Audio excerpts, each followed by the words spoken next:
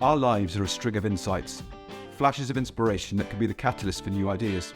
However, our pace of life these days means we tend to miss some of them completely. I'm Dave Hill, and I'm the host of the Simple Reflections podcast, a fortnightly series of interviews with people from all walks of life. Our conversations are an invitation to reflect on some of the simple insights my guests have had that have gone on to have a profound impact on their lives. So grab a cuppa and a biscuit, join us, slow down for a little while and see what shows up for you.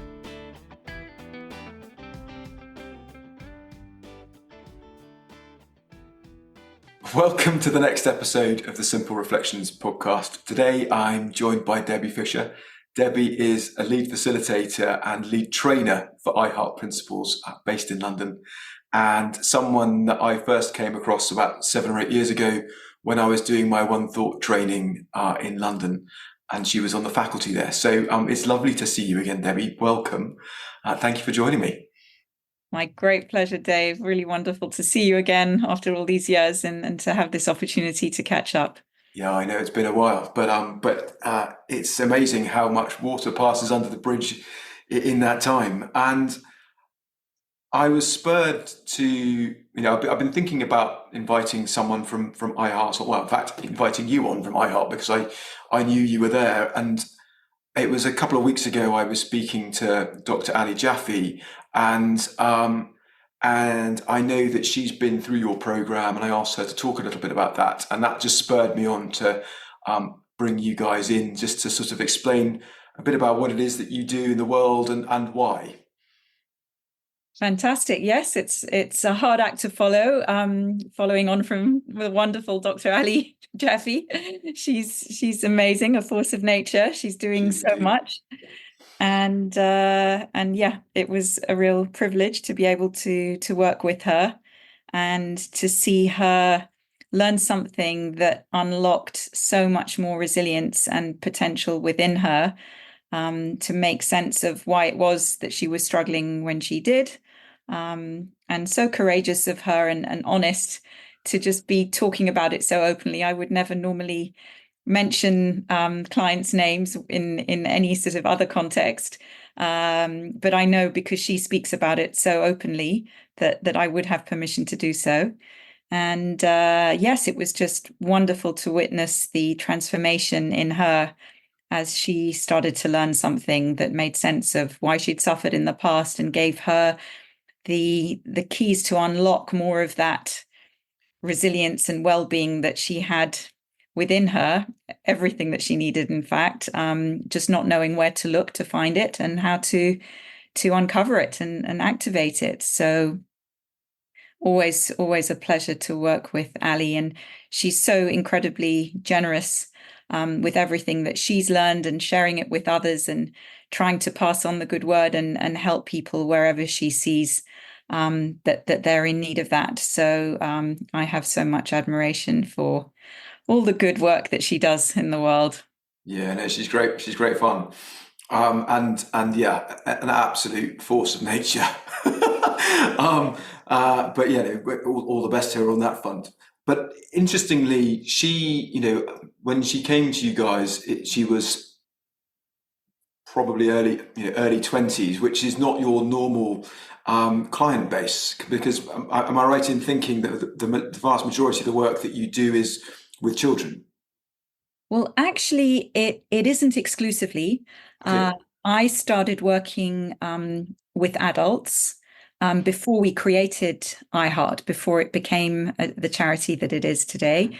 And the reason that we came together, a group of us, to create the charity and do this work was because for so long we'd been working with adults who brought decades often of baggage, problems and suffering and struggles they'd been through. And we saw that it could be a lot of hard work and take quite a long time to unpack that and start to open up their minds to seeing things a little differently. And we just thought it would be so much more effective and helpful and an incredible use of our time to be more preventative, to get in there with younger children and hopefully save them years of unnecessary struggle and suffering in their lives. And working with young people, you see how open they are generally. to evaluating for themselves whether something is true or not, whether it's helpful or not. And when they identify that it really is, they just run with it, they fly. And so the change can be really very fast and all-encompassing and pretty much effortless, actually, which is always so humbling to witness and a great lesson for all of us adults to see. It doesn't need to be it doesn't need to be difficult or hard work, actually. You just need to keep your mind open to seeing something new. Mm. Yeah, I think well, that's what's been so refreshing for me in terms of looking in this direction, seeing the power that lies within understanding some simple principles about how the world operates for us, within us, and how transformative that can be for the people that we're having conversations with, whoever they might be. But it's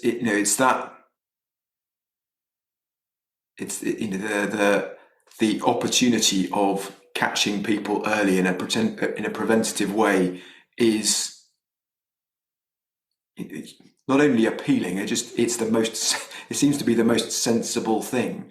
Now, I know you go into schools in some instances, as well as working with small groups of children or potentially individuals as well. How have you found the uptake from schools around the country in terms of their willingness to try something different? So it's interesting because sometimes I've been into schools where they've actually tried everything that's out there, and nothing has actually helped.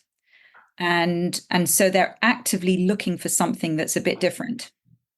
And they've said that we've got nothing to lose because we've tried everything else that's out there, and we don't know that this can help, but we've got to try something.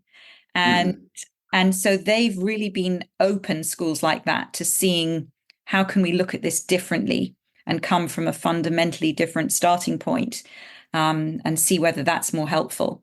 And in those cases, they really embrace it. They're willing to give it a chance.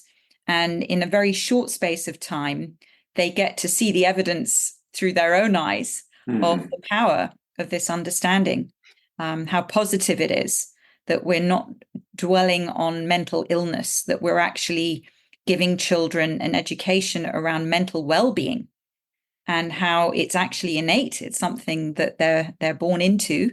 It's just an integral part of their DNA. It can't be lost or damaged or broken. It's such a hopeful and powerful and reassuring message for a young person to learn. And it doesn't undermine the fact that well-being gets covered up. One of the metaphors that we use for this innate well-being is the sun. And we say that, yes, it can get covered up by the clouds of our thinking, every time we start to believe that there are conditions to our well-being, that it depends on certain circumstances or people or life going a certain way. And that every time our mind does that, it actually limits our potential for unconditional well-being and makes us feel far less powerful. It makes us feel more of a victim of life, more limited. And that's what, over time, creates these barriers that prevent us from knowing that actually we've got this unlimited potential to not just survive in life, but to really thrive and fulfill our potential as human beings, and to have fun along the way, to just enjoy the whole myriad of human experiences and emotions, and just be free to experiment and learn from it all. Yeah. So yes, we've devised a number of different offerings for school-age children from as young as 9 years old in primary school, all the way through secondary school, and even beyond that. I've actually worked a lot also with university-age students. And it's interesting because I've seen that at the beginning of that spectrum and the end of that spectrum are really optimal times to work with young people. That as they start out, when they're little, they know they don't know it all, and they still have an enjoyment of learning. They're curious and they want to learn something new, especially when it's delivered in a fun and interactive way. And so they're like little sponges. They just soak it all up, and they're so willing to share their insights and their comments, and they're just a joy to work with. I just wish I'd started working with young children much earlier in my career, because I've learned so much from them, and I just have so much fun working with them. And then you sort of get through that in-between phase where it's a little bit more tricky, because suddenly they're too cool for school and they think they know it all, and they haven't yet had enough life experience necessarily to really challenge them. And so they're less willing to engage or think that it might be relevant to their lives. And that can be more challenging as an age group to work with. But then as they go through school and school's coming to an end and they're wondering, oh my goodness, now it's out into the big wide world, and where am I going to be next? And possibly being on my own and not having my support network around me, no family or friends to sort of be there for me. They realize that they don't have everything. They haven't got it all worked out yet, and that there's a lot more one can learn at that stage in life to be able to help oneself.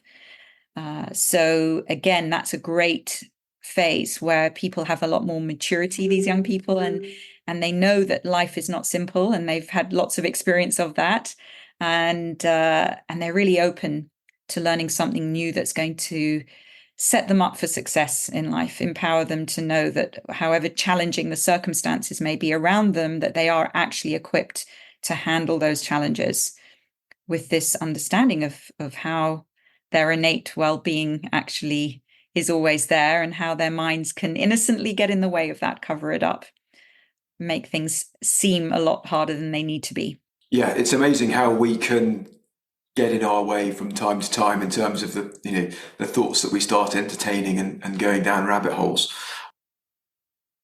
I'm wondering if it would be worth explaining how a typical program works when you've got a group of people together. So yes, it really just depends on the age and the stage. Are you thinking about when they're in school or if they're outside school? Probably a mixture of both, actually. So, in a classroom-based environment where there's a structure to the day already that you're having to slot into, and potentially what that might look like outside of that formal environment. So yes, working within schools is always the most challenging, because their schedules are so packed, and there's very little extra time available for anything else for them to take that on board. And teachers are so pushed and overwhelmed with everything that they already have to do. So to give them another task, often there just isn't much bandwidth for them to take that on board. But whenever there is, we're always open to talking to schools and seeing how we can work around what they do have available.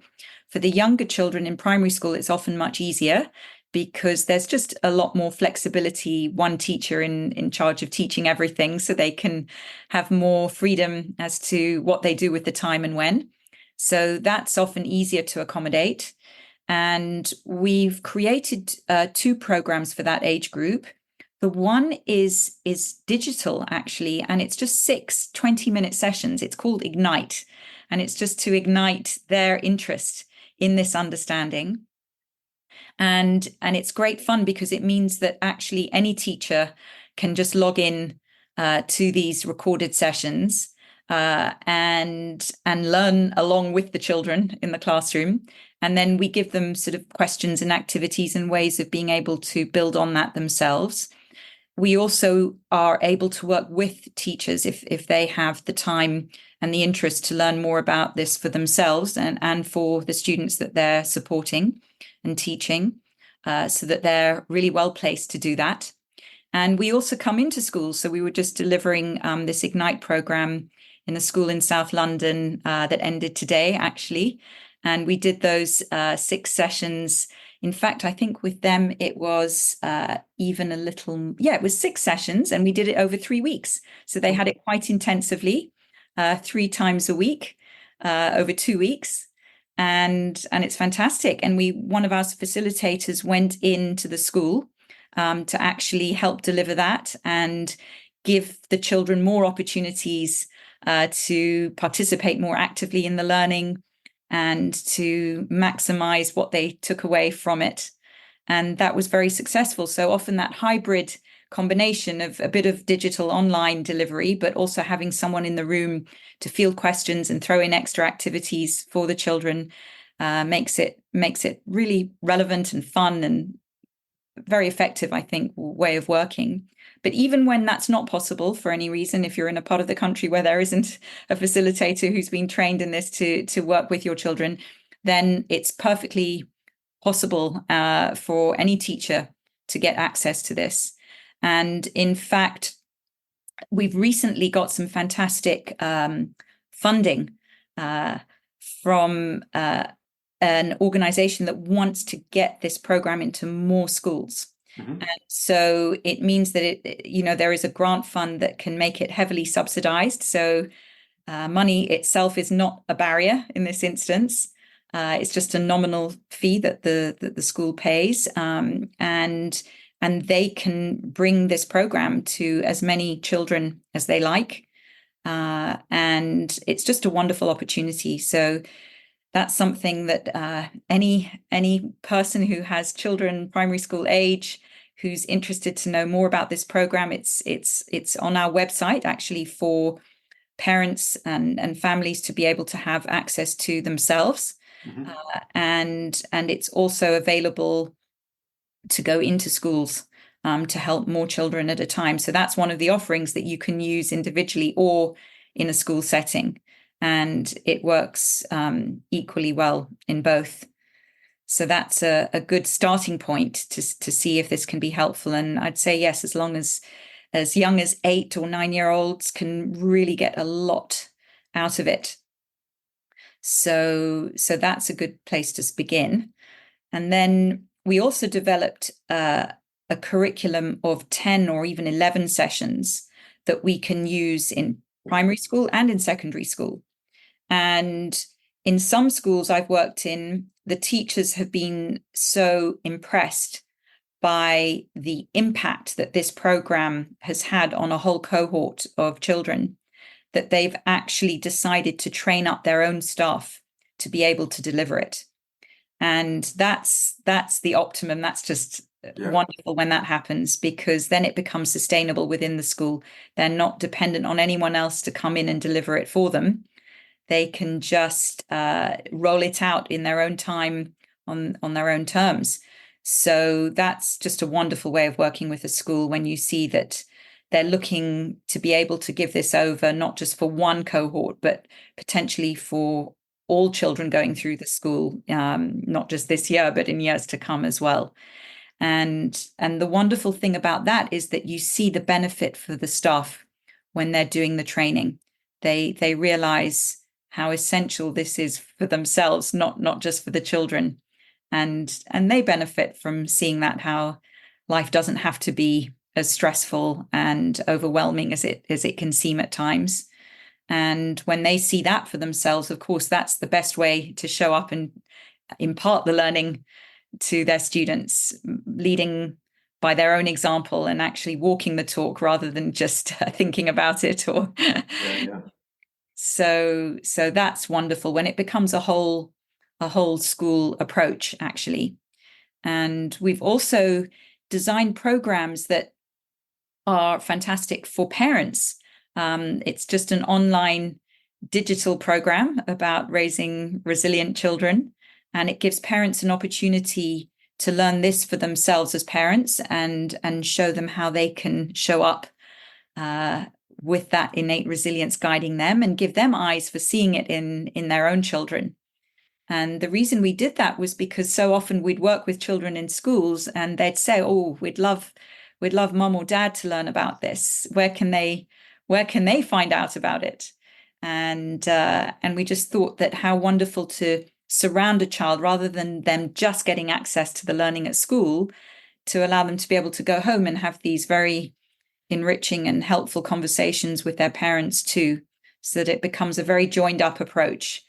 Everyone's on the same page. It's now a common language and tool for communicating with the people in their lives, whether it's teachers or parents or siblings or friends, to be able to uncover more of this innate resilience and well-being in situations where it's not immediately obvious or apparent for whatever reason. Yeah, I think that's the aspiration for all of us, isn't it? In terms of getting a lexicon of understanding that just ripples everywhere, where it just becomes normal. It's just not a thing. It's just part of how people operate, and understand the world that they live within. That's really exciting. Um, as an organisation, you've been running for a good number of years now, and I just wondered if you have any stats. What sort of numbers of children or people that we're talking about that you guys have worked with?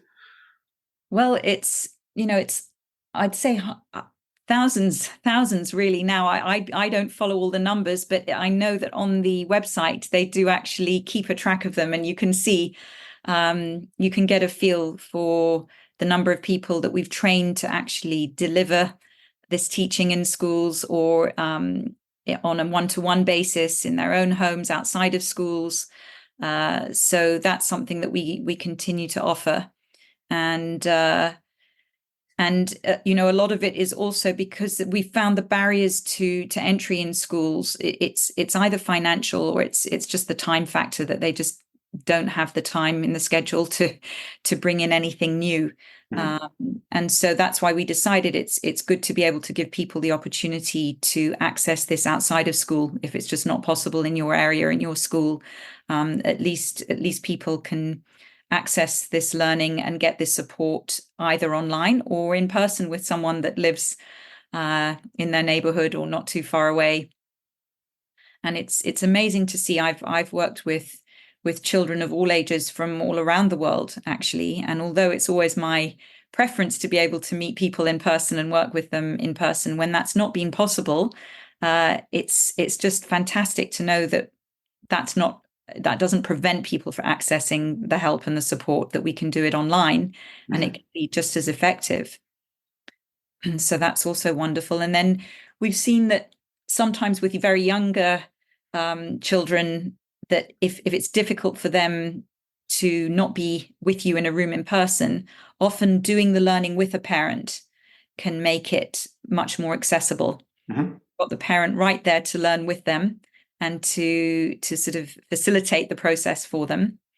And it's actually a beautiful way of working with young children, because then you get the parent and the child learning from each other and together. And it's very successful, actually. It works really I can well. imagine it, a much richer experience, because they'll take that beyond the in inverted commas classroom environment to discussing it on the way home or while they're having supper or whatever it happens to be.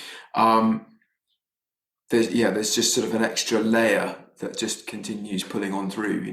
Definitely. It makes the learning again more sustainable, you see, and it just means that you have the potential of learning more about the truth of it for the rest of your life, rather than just for the duration of the program.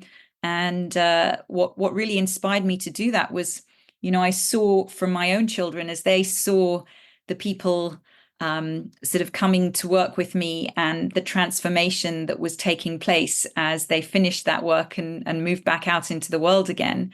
They sat me down one day and said, Mum, it's not fair. You have to share some of this with us. Like, why is everyone else benefiting and we don't know about it? And so it was a joy to my ears to hear that they were that interested. And I actually got them to do the training for themselves. So they did this when they finished their degrees at university and they had a bit of free time. And they loved the process of doing the training for themselves. And they actually came into schools to work with me for a couple of years. And that was so much fun, being able to see them impart this understanding, and how much the young kids enjoyed learning from young people that are not that much older than themselves was beautiful to watch. And I've also seen how, just as a family, we can really support and help one another so much better. I really respect and appreciate when they're able to bring something to my attention that otherwise would be a bit of a blind spot. it opens my mind and helps to remind me that I can look at something through a different lens and a different perspective that can be very freeing and helpful.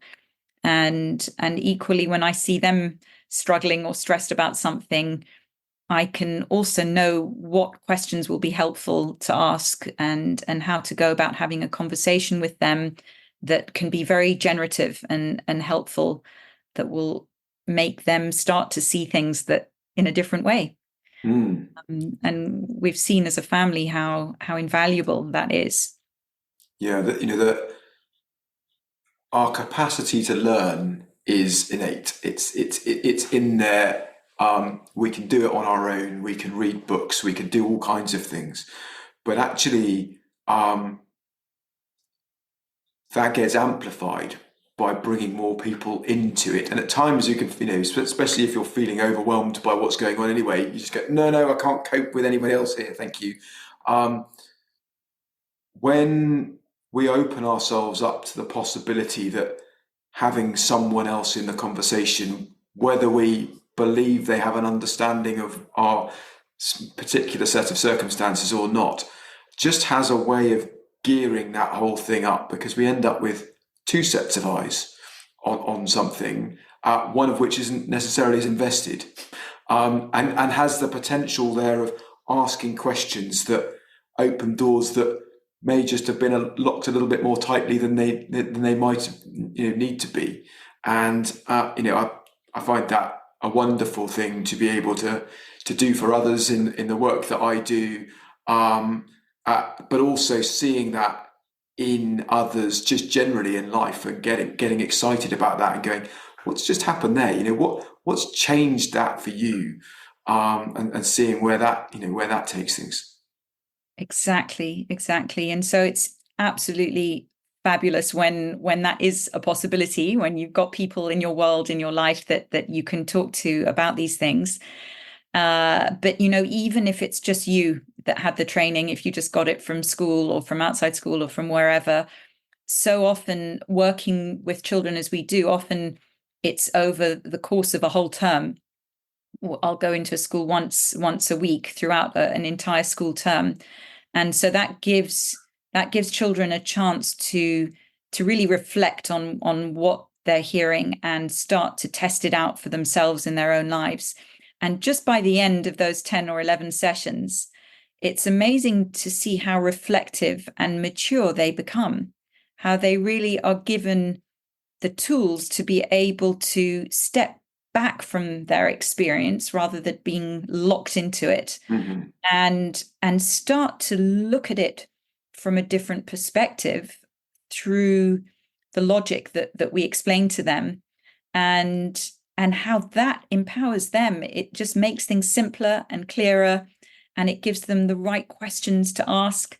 So that's half the battle, really. When you're asking the right questions, your mind can easily offer up the answers that you're looking for. It's when we're barking up the wrong tree entirely and asking ourselves the wrong questions that we're just going round and round in circles, and getting ourselves exhausted and worn out. So that's what I've just been so humbled really to witness, and so in awe of, to see how even the youngest children that I've worked with are able to take this simple logic on board, and to just catch themselves when they're feeling stressed or overwhelmed, or sort of trapped in an intense feeling that's not sitting well with them, and be able to, instead of being terrified by that experience and wanting to distract themselves or run away from it, are able to actually get curious and start to wonder, why am I feeling this way? And what am I thinking that's creating this experience for me? Rather than judging others or pinning the blame on the situation or someone else, and not finding any sort of respite from the struggle that they find themselves in.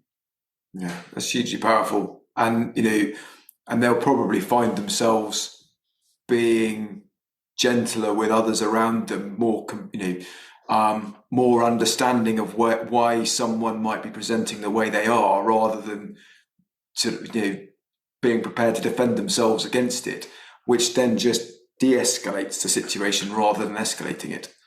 Exactly. They suddenly they uncover a capacity to be so much more patient and tolerant and empathetic. So it just, to my mind, I sort of see this sort of huge, like a quantum leap in maturity, because suddenly there's all this understanding. And then when you begin to understand why a person's thinking and feeling and behaving the way they are, then it settles you down. You feel far better equipped to support them and to handle however challenging their behaviors may be, to just not have to worry about yourself in that dynamic. And then clearly your mind can come up with some more helpful ideas about what you can do to support them or to manage them. Sometimes you do have to put boundaries in place and become more assertive and stand up for yourself. But sometimes you don't even need to worry about those things because you don't actually feel threatened anymore, and you sort of see the suffering that's generating their problematic thinking and feeling and behaviors, and you can have so much more empathy for them. Yeah, that's really cool. Debbie, thank you so much. This has been really, really fun. I don't know if there's anything particular that you guys have got coming up as an organisation, or if there's any information you'd like to pass on to the listeners. We'll obviously put links into the podcast blurb, but if there's anything you want to tell the audience, please do so. Sure. Well, I think the next project that's coming up my way that I'm excited about is a secondary school that is looking to do some work with their student leadership. And the deputy head in that school has come across the work that we've done in a previous job, a previous school that he worked in before, and again witnessed such transformation in himself and in the students that had access to this learning, and his colleagues, that he's very keen to introduce it to the new school that he's now a deputy head of. And we were just talking about all kinds of exciting ideas to help the leaders of that school, the students themselves, to see how they can learn this for themselves to enhance their own leadership potential and resilience as leaders, and to be able to support their peers in the school. And I think that's just a really exciting project to start engaging with.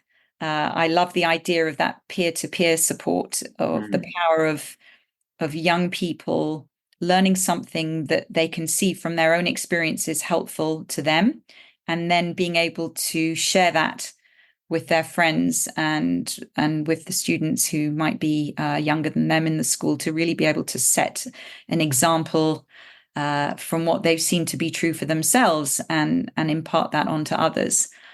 I think that's just an exciting new departure that I look forward to exploring. Yeah, no, that's cool. And it'll sort of naturally cascade through the school structure, which is fantastic. Exactly. And then really for anyone who's listening, I'd just say we have this wonderful opportunity of some grant funding to get Ignite, that digital program, into schools, into primary schools. And so if anyone is keen to see what it is, you can look at it on the website, and feel free to contact me or to put someone from your children's school in touch with me. And I'd be delighted to have those conversations with anyone and spread more of this really essential, helpful learning to more children in more schools around the country, wherever there's an interest. Amazing. Thank you so much, Debbie. Thanks for your time. My pleasure. Take care. Thank you for joining us today. If you've enjoyed the conversation, feel free to subscribe and join me and my new guest next time. If you're interested in the work I'm doing, or you think I can be of service to you or your organisation, please email dave@simplicityofmind.co.uk. Remember, see if you can find time to slow down and reflect. Those simple ideas might be worth listening to. Take care, and I hope you can join me in a couple of weeks.